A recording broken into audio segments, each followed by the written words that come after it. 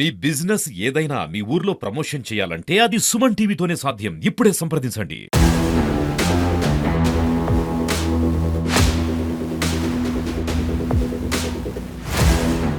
వారం రోజుల క్రితం యాదగిరిగుట్టలో ఒక సంచలనం క్రియేట్ చేసిందని చెప్పుకోవచ్చు. యాదగిరిగుట్టలో ఇలాంటి కుంభకోణం అనేది మొట్టమొదటిసారి అని చెప్పుకోవచ్చు. ఇక్కడ యాదగిరిగుట్టలో ఉన్నటువంటి జై భవానీ జ్యువెలర్స్ సంబంధించినటువంటి యజమాని జితేందర్ సింగ్ రాథోర్ ఒక సంచలనంగా మారిపోయింది ఆయన చేసినటువంటి కుంభకోణం. ఇక్కడ చూస్తూ ఉంటే ఇక్కడ స్థానికంగా నివసించేటువంటి ప్రజలు చిన్న చితక పని చేస్తూ వారికి సంపాదించినటువంటి బంగారం నగదును ఈయన దగ్గర కుదవపెట్టి కొంతమంది అయితే కొన్ని చిన్న చిన్న డబ్బులు ఒక తులం బంగారం పెట్టి 2,000, 3,000 రూపాయలు తీసుకొని వెళ్ళి మళ్ళీ 2 రోజుల తర్వాత మార్చుకుందామని అనుకున్న వ్యక్తులు, కొంతమంది డబ్బులు ఇతనికి ఇంట్రెస్ట్గా ఇచ్చి వడ్డీ వస్తుందని ఆశపడి అంటే దానికి కూడా డబ్బులు ఇచ్చి వారు తీసుకున్న పరిస్థితి కనిపిస్తుంది. కానీ అదే అదనుగా 15 సంవత్సరాలుగా రాజస్థాన్ నుండి వచ్చి ఇక్కడ తిష్ట వేసి ప్రజలందరినీ నమ్మించి వీరి దగ్గర ఉన్నటువంటి డబ్బులు నగదును మొత్తం తీసుకొని ఉడాయించినటువంటి పరిస్థితి ఇక్కడ. వారం రోజుల క్రితం ఆయన షటర్ మొత్తం ఖాళీ చేసుకొని వెళ్ళిపోయాడు. బాధితులు ఇక్కడికి వచ్చి ఏం జరిగిందని తెలుసుకునే లోపే మొత్తం అంతా జరగాల్సిందంతా జరిగిపోయింది. కానీ నిజంగా ప్రతి ఒక్కరిని చూస్తే బాధ అనిపిస్తుంది. ఇలాంటి మార్వాడీలు అంటే ఇతను ఒక్కని చేయడం వల్ల మిగతా మార్వాడీల పరిస్థితి మాత్రం చాలా ఘోరంగా కనిపించే పరిస్థితి కనిపిస్తుంది.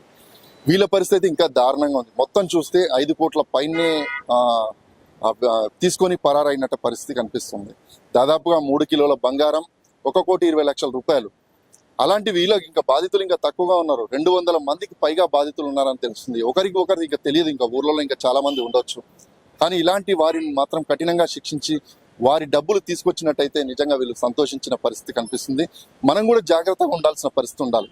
కానీ అసలు ఏం జరిగింది ఒక్కసారి వీళ్ళు బాధితుల్లో అడిగి తెలుసుకుందాం. మరి యాదగిరిగుట్ట, ఈ యాదగిరిగుట్టకు ఒక 15 సంవత్సరాల క్రితం మధు బర్ఫా, ప్రేమ్ బర్ఫా అని 2 అన్నదమ్ములు వచ్చి చిన్నగా మార్వాడి షాప్, కుదబెట్టుకునే షాప్ అని పెట్టి ఇక్కడ ఉన్న ప్రజలు ఆ మార్వాడి షాపు ఏంటంటే అవసరానికి ఎప్పుడంటే అప్పుడు ఏదన్నా 1000 రూపాయలు, 500 లేకుంటే 10,000 ఎమర్జెన్సీ ఉంటే వారి దగ్గర ఉన్న డబ్బు పెట్టుకొని కుదవ పెట్టుకొని వాళ్ళ అవసరాల నిమిత్తం పెట్టుకుంటే ఇలా సాగించి ఆ మార్వాడి మధుతో పాటు ఈ జితేందర్ సింగ్, మాధవరావు 2 అన్నదమ్ములను తీసుకొచ్చి ఇక్కడ ఇంకో కిరాణా షాప్ పెట్టించారు.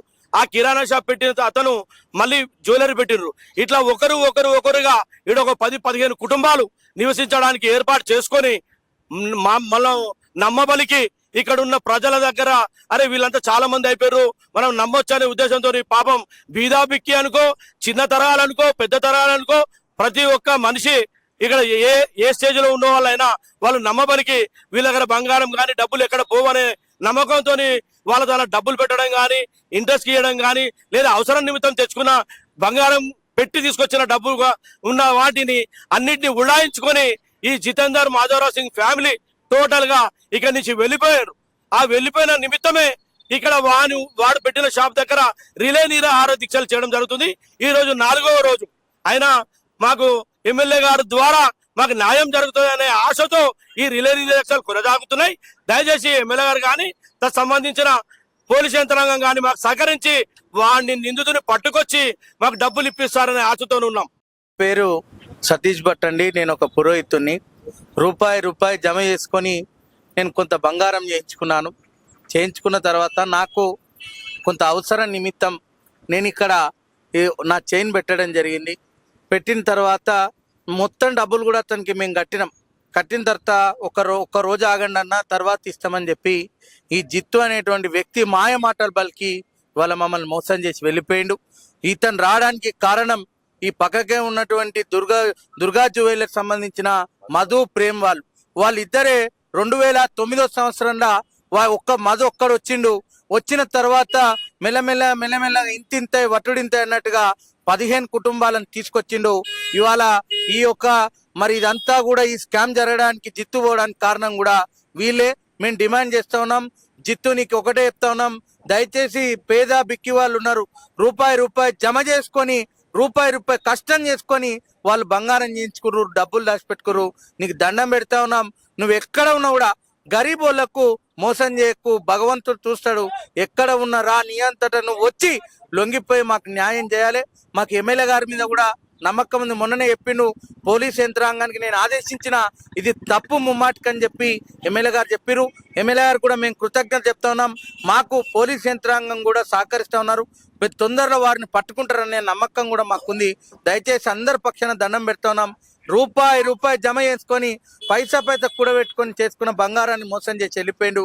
వెంటనే ఇతన్ని పట్టుకొని మాకు బాధితులందరికీ కూడా ప్రతి ఒక్కరు కూడా పేద బిక్కు వాళ్ళే, ఎవరు కోట్ల రూపాయలు ఉన్నోళ్ళు కాదు.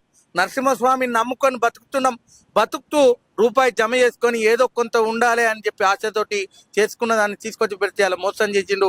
మరి సుమన్ టీవీ యాజమాన్యాన్ని కూడా మేము కృతజ్ఞత చెప్తా ఉన్నాం. మా గోడును అందరికి కూడా తెలిసేటట్టు ప్రచారం చేస్తున్నందుకు వారికి కూడా మా అందరి తరఫున కూడా కృతజ్ఞతలు తెలియజేస్తా ఉన్నాం. నా పేరు జ్యోతి. నా అవసరం ఉందని నేను 7 తులాల బంగారం తాకట్టు పెట్టిన. 2,40,000 ఇచ్చేది ఉంది, 2,30,000 ఇచ్చిన, ఇంకా 10,000 ఇచ్చేది ఉంది. రేపు తెచ్చి సక్క అని చెప్పిండు. మాటలు నమ్మిన. 1 రోజు 2 రోజులు 3 రోజులు ఆగిండు. బేసవారం నైట్ వెళ్ళిపోయిండు. దాని తర్వాత ఇక్కడ అందరు వచ్చి మేము షాపులు బంద్ చేయించడం జరిగింది. ఇప్పటికైనా 4 రోజుల నుంచి టెంట్ కిందనే కూర్చుంటున్నాము, పోతున్నాం, లేచినాం, కానీ మాకైతే ఏం న్యాయం జరుగుతలేదు. వాళ్ళు లేడీస్ దొరికిరని చెప్పిర్రు, వాళ్ళని పట్టుకొస్తాన్నారు. వాళ్ళ నాన్న ఊరేసుకొని చనిపోయిండు అంటారు. వాళ్ళ నాన్న చనిపోయిండు. ఇక ఇప్పుడు మాకేం న్యాయం జరుగుతలేదు. మీ సుమన్ టీవీ ద్వారా మాకు న్యాయం జరగాలని కోరుకుంటున్నాం. ఇప్పటికీ ఇక్కడ మార్వాడి షాపులు ఇతను దొరకకుంటే మార్వాడి షాపులు ఏవైనా తీయొద్దని మేము కోరుకుంటున్నాం. ఇప్పుడు కూడా ఒక షాపు తీస్తే మేము షాపు బంద్ చేయించినాం, కానీ ఏ షాపులు అతను వచ్చేంత వరకు, మాకు న్యాయం జరిగేంత వరకు ఏ షాపులు తీయనియ్యం.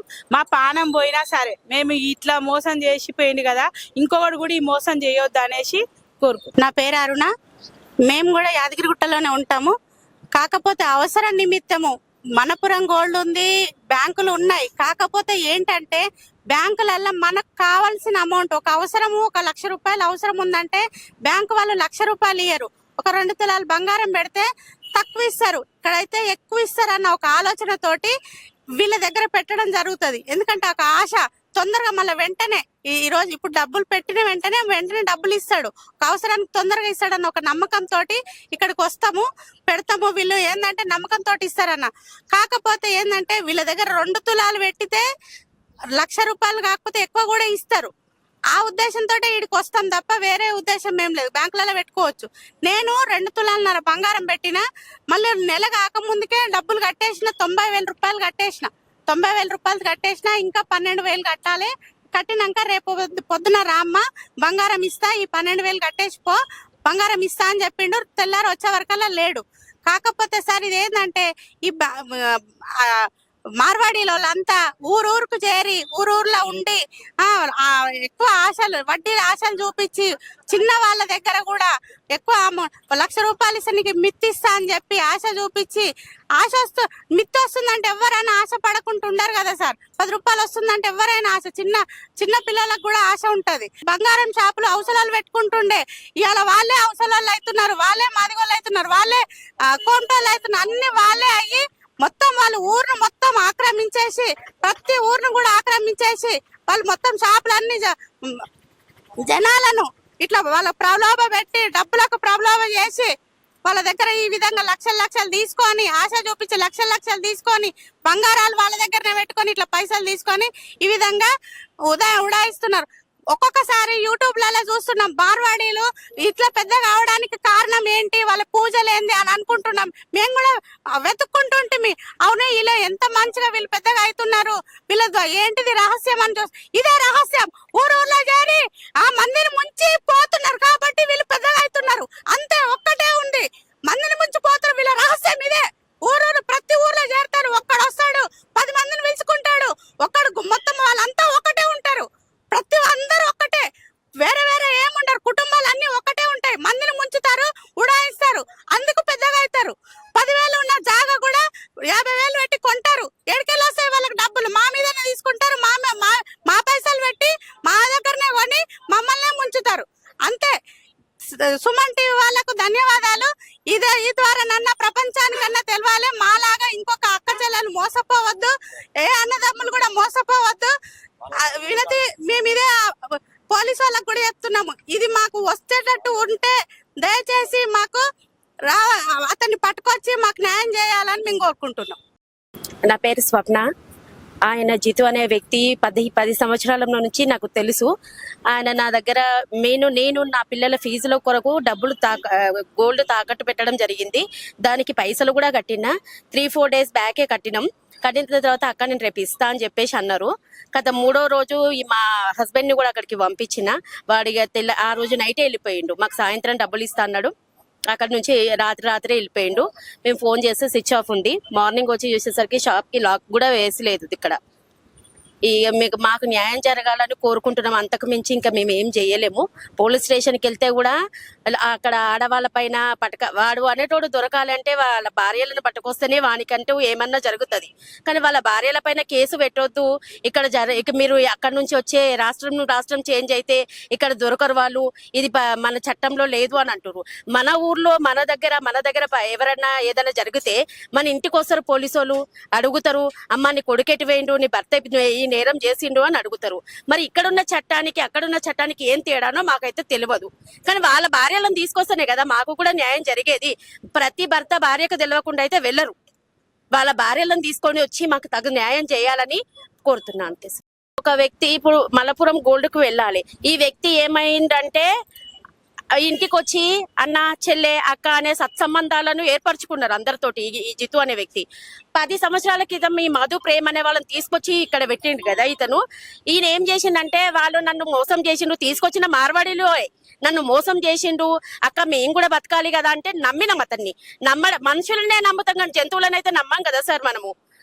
అట్లా నమ్మక బలకంతో పాపం వాడు ఎక్కడి నుంచో వచ్చింది బతకడానికి, మనకు కూడా సహాయం చేస్తుండే. అక్క ఇప్పుడు పైసలు ఇట్లా అవసరం ఉన్నాయి జితు అంటే మన ఇంటికి వచ్చి గోల్డ్ తీసుకెళ్లి మీకు ఏదైనా కావాలంటే అక్క మీకు ఇంటికి వచ్చి ఇవ్వడము ఇలాంటివన్నీ చేసిండు.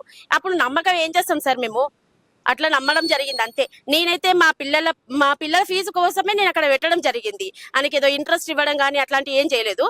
కానీ ఆ పైసలు మాకు ఇవ్వాలి. ఆ డబ్బులు కూడా కట్టేసిన సార్ నేను ఒక 1 వీక్ బ్యాకే కట్టేసిన.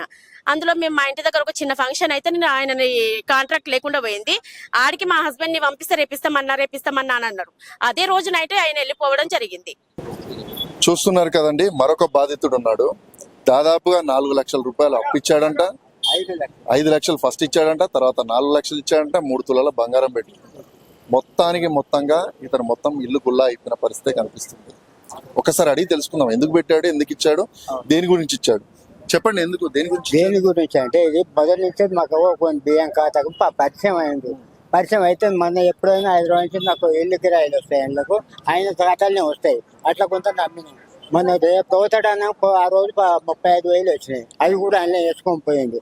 ఆ పోతానన్నాడు రింగ్ కూడా ఇచ్చాను అద్దతులం, అవి కూడా వేసుకొని పోయిండు. సరే నమ్మకం పరిచయం ఇచ్చినా కానీ మేము అట్లా వెళ్ళలేదు. ఇక్కడ ఇల్లు జాగ ఉంది కదా, ఇక 5 మొదలు కొన్నాడు. అది కొన్నప్పుడు ఇచ్చినాము 5 లక్షలు.